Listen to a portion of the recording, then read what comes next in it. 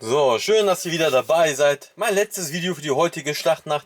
Es ist der BMW E36 M3 Cabrio von UT. Warum er auf den Schrottplatz gekommen ist, könnt ihr aus dem vorherigen Video sehen. Warum kommt so ein schönes Modellauto auf den Schrottplatz? Das beantwortet nämlich die Fragen.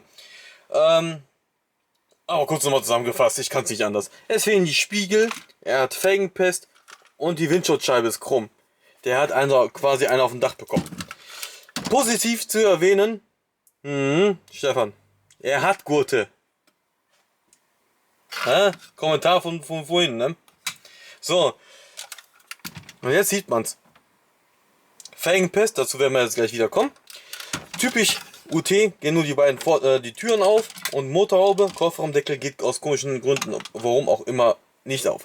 Preislich ist er wieder stark steigend. Wobei hin und wieder hat man das Glück, man kriegt hier für unter 50 Euro, eher schwer und selten. Aber man kriegt sie dann manchmal noch, manchmal in ganzen Sammlungsauflösungen oder so. Und, oder ein bisschen verbastelt oder so, da kriegt man die für unter 50, Defekte kriegt man unter 50. Über 50 Euro sind meistens dann schon original verpackte, meistens original verpackt. Ich glaube, die haben ihr Maximum an Wert schon erreicht, das heißt so, bis 100 Euro mit Originalverpackung ist okay. Also kommt vor. Darüber hinaus will ich nicht mehr gehen. Und wie gesagt, das ist schon das Maximum. Ich glaube nicht, dass das Ding hier irgendwann mal 500 Euro oder so kostet. Das bezweifle ich mal ganz stark. So, wir fangen auch jetzt mal an zu zerlegen. Ich glaube, es gibt kaum UT-Modelle, die richtig teuer sind. Also ich glaube, das Maximum ist so um die 200 Euro rum für ein UT. Weil die sind eigentlich gar nicht so selten. Wenn ich jetzt bei eBay BMW E36 Cabrio eingebe UT, dann tauchen da schon ein paar Stück auf. Ne? Also, und wenn man überlegt, das Modellauto ist aus Anfang 2000, dann ist er in der Zeit aber nicht wirklich sehr selten geworden. So, vorhin habe ich das Wort Felgenpest verwendet. Für Leute, die jetzt nicht wissen, was Felgenpest ist, das ist Felgenpest. Das sieht also aus wie ein Bordsteinschaden, ist aber Felgenpest. Man kann... Ihr seht das? Da geht jetzt schon die Farbe ab. Das passiert, wenn das Plastik, das Kunststoff von der Felge mit dem Gummi, also wenn ein Weichmachergummi vom Reifen reagiert. Das Problem ist allseits bekannt und das betrifft nahezu alle UT-Modelle. Aber nicht jedes Modellauto ist gleichmäßig stark getroffen. Es gibt Modelle, die sind ganz schlimm getroffen. Und es gibt auch Modelle, da ist es eher selten, aber auch vorkommt. Also Z3 zum Beispiel von UT. Der rote zum Beispiel, der ist eher selten davon betroffen. Gibt es auch Fälle, aber eher selten. Und dann gibt es halt so wie E36 Limousine oder sowas, die sind wieder stark betroffen davon. Oder 993 Cabrio auch stark betroffen.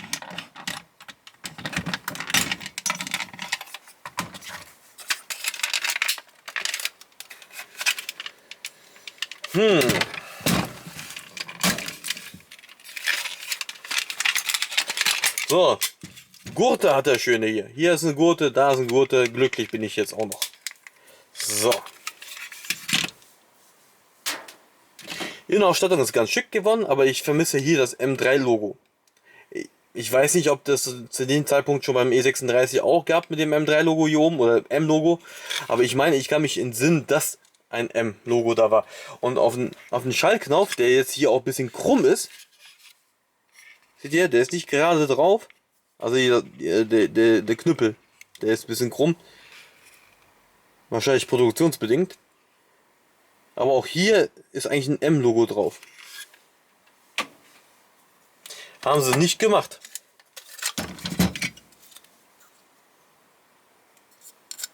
Hier ist normalerweise auch ein M-Logo. Hier ist auch normalerweise ein M-Logo. Ne, obwohl, hier weiß ich nicht auf dem Lenkrad. Aber auf dem Armaturenbrett, meine ich, kann ich mich auch noch entsinnen, da war auch ein M-Logo. Ansonsten ganz gut geworden.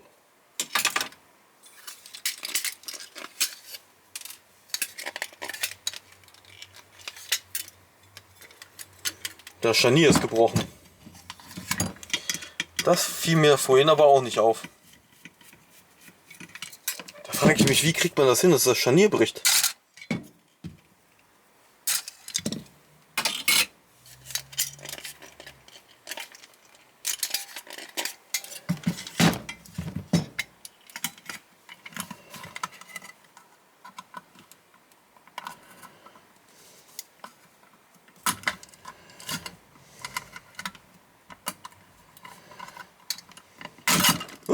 Boah, war mal knapp, ey.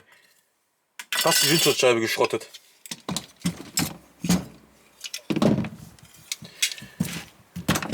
So.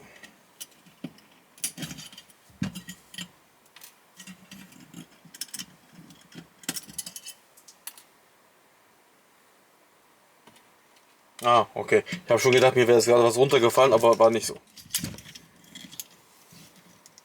Ich habe schon unzählige BMW E36 zerlegt.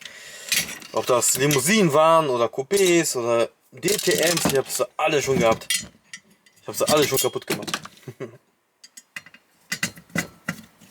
So, die Hochkarosse wird nicht in die Schrottpresse gehen. Auch wenn die leicht beschädigt ist, hat sie noch Existenzrechte. Und ich bin mir auch sicher, dass irgendeiner auch die auch kaufen wird, die Rohkarosse, und das sogar sehr zeitnah. Weil man kriegt das eigentlich noch wieder hin.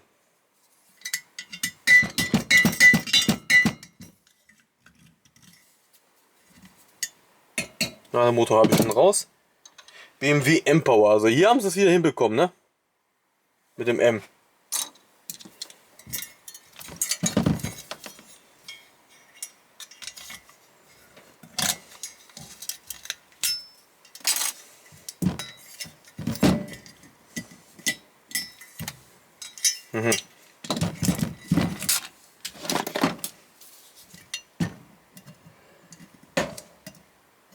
Ich habe echt wirklich sehr viele BMW UT-Modelle schon zerlegt. Wenn ich überlege, wie viele Z30 ich zerlegt habe, boah. Und es gibt immer noch so unfassbar viele von denen. Also selten sind sie auf jeden Fall nicht. Dafür habe ich schon einfach schon zu viele zerlegt. Und es gibt immer noch sehr viele. Viele sind aber auch verbastelt. Das ist ja auch ein großes Problem bei den Modellen. Dass die kaputt verbastelt werden. Also möchte gern Tuning. Also ich habe da schon sehr viel erlebt. Über gepinseltes, statt lackiertes. Was haben wir denn noch gehabt? Alles. Ach, keine Ahnung. Auf jeden Fall viel Scheiße erlebt. Bei UT. So. Ach, ja genau. Andere Sitze von irgendwelchen Ferraris oder so habe ich schon drin gehabt. So, wir sind auch schon fast fertig. Da sind schon die Nebelscheinwerfer jetzt raus. So, zack, zack. Der Jute E36 Cabrio ist erfolgreich zerlegt.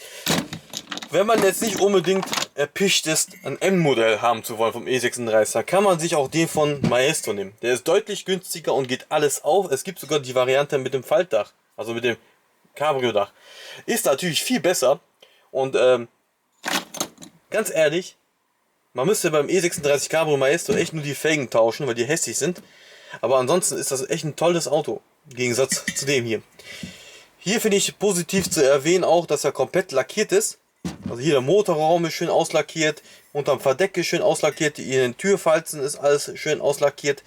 Außer hier hinten am Kofferraum, da haben sie ein bisschen doch gespart, aber ansonsten haben sie ihn schön auslackiert. Das hat man beim Maestro Modell nicht. Da hat man schon ein paar graue Stellen. Und naja, ist halt ein billiges Modellauto, was 10 Millionen Mal wahrscheinlich hergestellt wurde.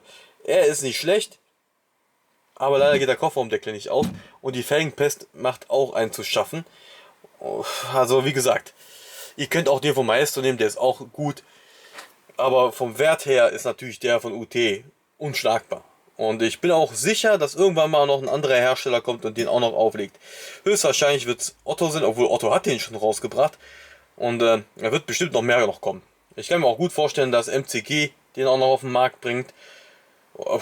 Solido und da wird noch viel kommen. Also das hat erst angefangen mit dem E36, weil die kommen jetzt als Oldtimer langsam. So, das war's. Meine Schlachtnacht ist vorbei. Ich hoffe, es hat euch die Auswahl heute gefallen.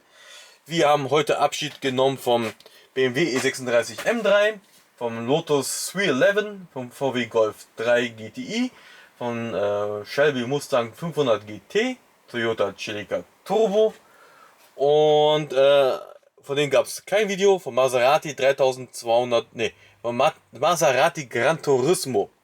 Von denen gab es leider kein Video, der war schon so stark zerlegt, da lohnt sich kein Video mehr.